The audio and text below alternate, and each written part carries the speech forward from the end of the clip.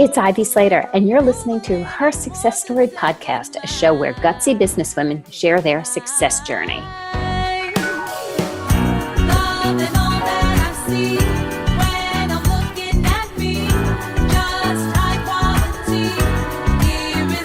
Welcome back to Her Success Story. This is Darazio, a member of the Slater Success team, and I'm here with Ivy today because we are celebrating a milestone on the podcast, and we wanted to do an episode around that. So welcome, Ivy, and tell us what we're celebrating today. Listeners, we are celebrating. Today is the 200th episode of Her Success Story. And I did not see this happening when this started. I have to tell you, I was completely no way, no how. So Tara and I were talking, and Tara Starr and I were talking about in one of our team meetings not that long ago, when we realized we're going to be at 200 episodes, that we have to do a celebration. We have to talk about this. Absolutely. I can't believe it's at this point and we've gotten to this. We've had over 23,000 downloads, over 150 guests, plus content episodes that you've done, Ivy, on a variety of topics that you teach. And we're just growing every year. And I think really where we should start is, how did we begin this? I know you thought about it a while before it happened. So kind of tell everybody, why you wanted to do a podcast and how it actually came to be a reality. So this goes back years, listeners. We started Her Success Story in 2018, in January of 2018. And it was about two and a half years before that. A colleague of mine was doing a podcast and getting amazing results and was loving it. And every time I saw him, and we live in the same area and we were involved in some similar things, he would rave about it. And I was like, it scratched my head. Maybe. And then he goes, "Oh, I'm doing so great. I'm going to do a little course on this." I was like, "Oh, so you're going to teach what I need to know?" He goes, "Yeah." So I didn't just sign up for the course. I took 2 out of, I think, my 4 team members at the time to his course for an evening. And it was fascinating. And we got the book of the complete, how to do this system. And the team was so excited. And we walked out and they're like, "Okay, next meeting, we're going to create action steps." And I said, "There's no way in hell we're doing this." Right. And they were like, "What?" I was like, "We'll debrief it next Monday morning, but I'm going to tell you all the reasons why we're not, because of this and the amount of work and all this stuff." And I said, I'm not saying no to ever doing a podcast, but I'm going to say it's going to be come back to my teaching principle of not yet, not ready, not now. This is not the time for us. And lo and behold, we had that debrief the following week. But my team is stubborn. And I've always had a great team, even as it has evolved over the years. And it was about a couple of years later, Liz on our team at the time, she was on our team for many, many years. We have retreats. We have team retreats about 3 times a year. And we had a retreat and she goes, "Ivy, it's time to talk about that podcast again, because I think it's time." And I was like, "Really?" And she came prepared. So, and there's a tip there. She came prepared and she goes, "Here are all your reasons for not yet, not ready, not yet now, a couple of years ago. And this is what has evolved and changed, why it's in alignment with our brand and our work now." Right. And as someone who was on that call and remembers that and was on the team at that point as well, it really was the perfect time. Everything had really come together. And I think we were all excited about it, which really helped as well. Even though we really all we all had bits and pieces of experience, which I think also helped. Somebody knew about editing, somebody knew about sound, somebody knew about something else. And I think that was great. And you always say that, use the power of who's on your team and what they know, because you don't know what people know until you start a new project like this. Exactly. And we looked, meaning not I looked, everybody said, "Oh, I can do this. I can do this." And they made my yes very easy. And, Tara took a piece, Liz took a piece, somebody else took a piece. And I was like, okay, what's going to be my responsibility? And it, you say, "Really? But you're the CEO and you ask for your responsibility." And I said, that happens to be so true. It's so true when you surround yourself with a great team that you then look to them and say, "Great, you all have these pieces." And I remember it was so clear. It was like, okay, record, you're going to pre-record a dozen episodes before we launch. And I took a big swallow, because then it was me. It's like, okay, let's right now download. If we're going to get 20, if we're going to get 12 done and complete, we need 20 to 25 people to reach out to it this week to make that happen. And we just download and brainstormed, well, what about this person? What about this person? And I ran through my networks. I ran through, hate to say, my database, which is to me an old-fashioned Rolodex, and all the reasons. And I reached out to people who have great messages, who are regularly interviewed, who have great brands. And I just asked, and it was the amount of people who just said, oh, we'd love to. Yeah. And that's something, I think that is a question a lot of people have. How do you find a guest for every single week? That's a lot of work, and scheduling all of those in advance and making sure they're coming out every week and doing all of that. And as you said, it's about finding people that were aligning with things that we agreed with and had these great connections and great brands. And, this is a cross promotional experience for both, because we're able to promote a brand, they're able to promote theirs plus ours. So what have you seen as some of the benefits of having, different guests on from different industries? What are some of the things that you've seen, really happen from this? And I'm thinking about our series, stuff that we've been able to bring awareness to. What are some of maybe your favorite things we've been able to do with the podcast? Okay, we started that first year. I don't know how, I don't even, Tara, maybe you remember, but I don't know how we started the idea of series. But somebody on the team said, we were chugging along. We were about, 4 months in. So we had 6 months of content, and we were going, making wonderful connections. And then somebody on the team said, okay, what else could we do with this? And I was like, well, let's look at areas of business we want to cultivate. It doesn't mean we're going to interview potential clients all the time, but when you open up and you stake a claim out there and say, this is an area of business we want to cultivate. And from that idea, we have done series. We started, I think the first series were women in the C-suite. Mm-hmm. And I just put it out there, and I was a guest on somebody else's podcast, and they said, okay, Ivy, what are you working on for her success story next? I said, I'm working on an idea of women in the C-suite. He goes, oh, hold on, I have 2 to 3 for you. Is that okay? And it was that. And I remember one of my first interviews I did, I'm still chat with this woman via emails. She is fabulous. We were so aligned. It's not always about the actual getting clients, although we've gotten clients from interviews. It's about creating the space to open relationships and stake the brand in an area. We started that first year of doing for the holidays a series on nonprofits, because for me, the holidays are about giving and receiving. And anybody who's been a listener for a while know I say this all the time when we come to our nonprofit series. And how can we highlight nonprofits that actually make a difference to enlighten people of how to give during the holidays and how to give throughout the year?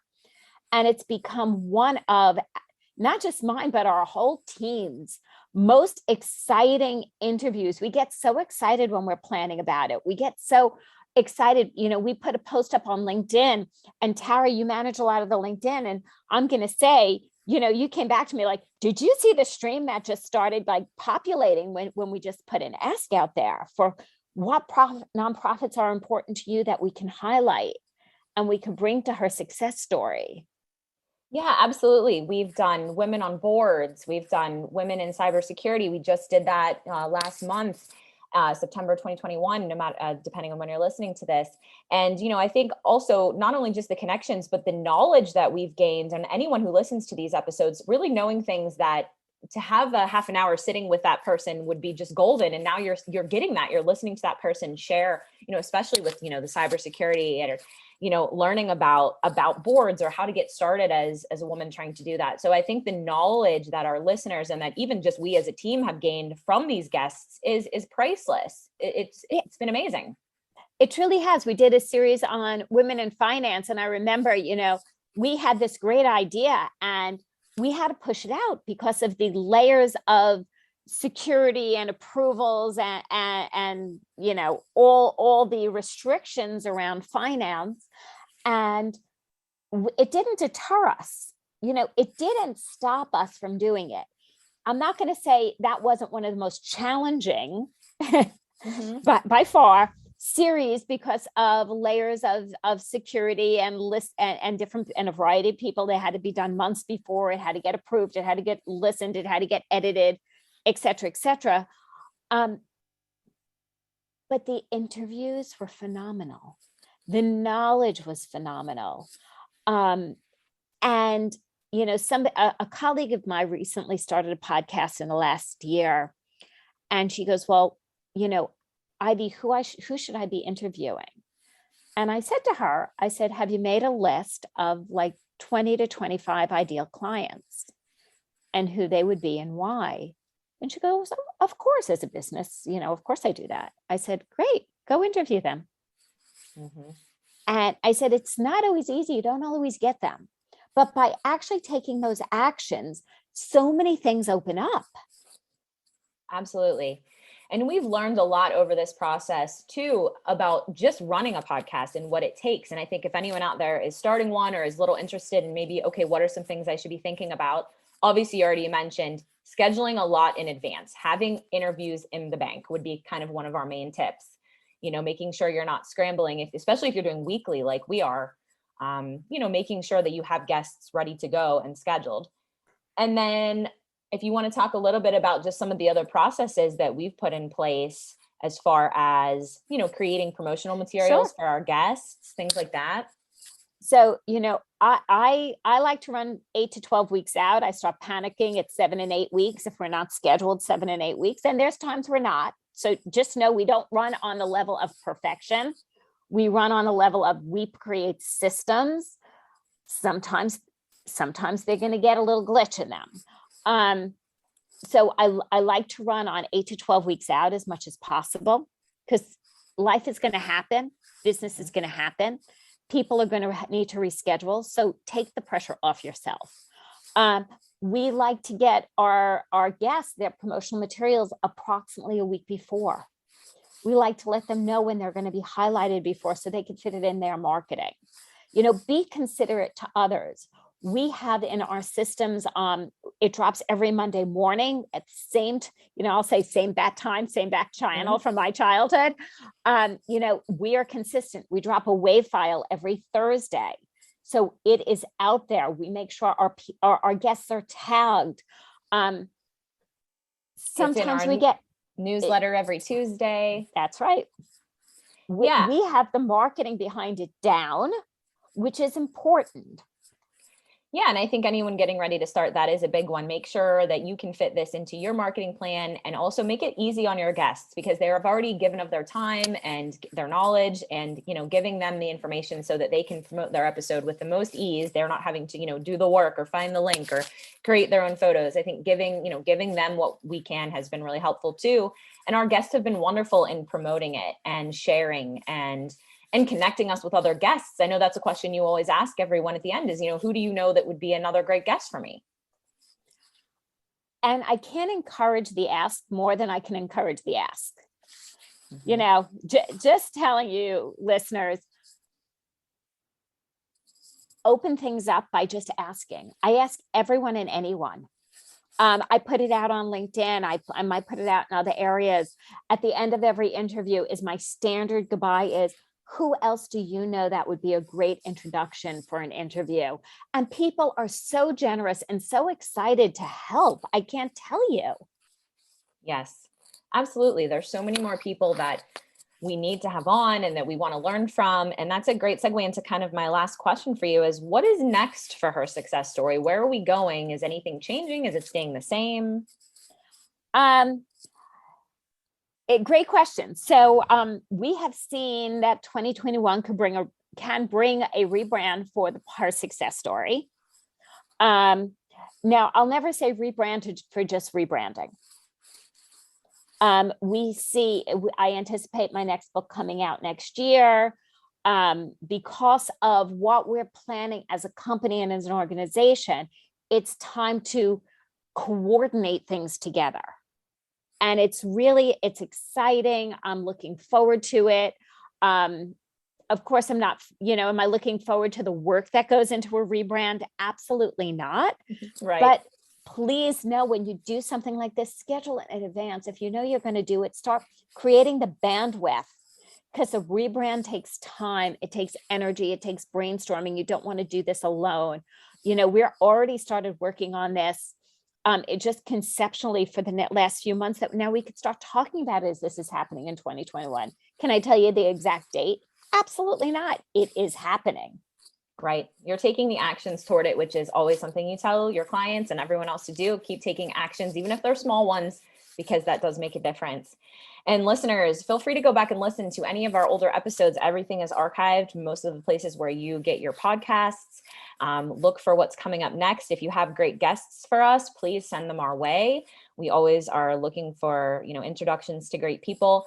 And let us know if you've listened. What are some of the favorite series you've heard? What are some series you might want to hear more about that we may not have thought of? We would love to hear all of your feedback.